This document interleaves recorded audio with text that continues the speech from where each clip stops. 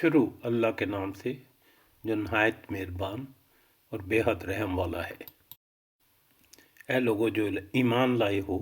जब तुम में से किसी की मौत का वक्त आ जाए और वो वसीयत कर रहा हो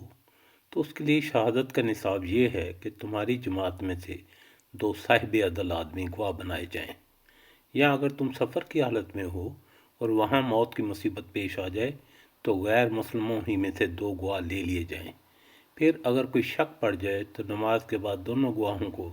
मस्जिद में रोक लिया जाए और वो खुदा की कसम खाकर कहें, हम किसी ज़ाती फ़ायदे के एवज़ शहादत बेचने वाले नहीं हैं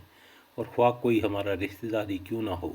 हम उसकी रियायत करने वाले नहीं हैं और ना खुदा वास्ते की गवाही को हम छुपाने वाले हैं, और अगर हमने ऐसा किया तो गुनाहगारों में शुमार होंगे।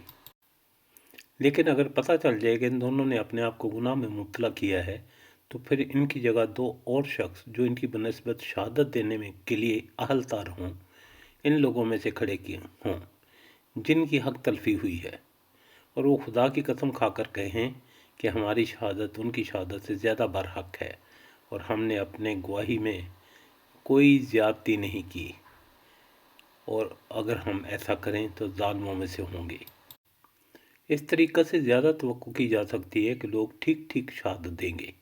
या कम अज़ कम इस बात का खौफ करेंगे कि इनकी कस्मों के बाद दूसरी कस्मों से कहीं इनकी तरदीद ना हो जाए।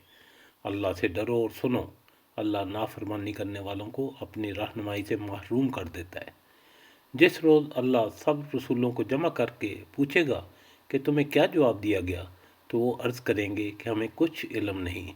आप ही तमाम पोशीदा हकीकतों को जानते हैं।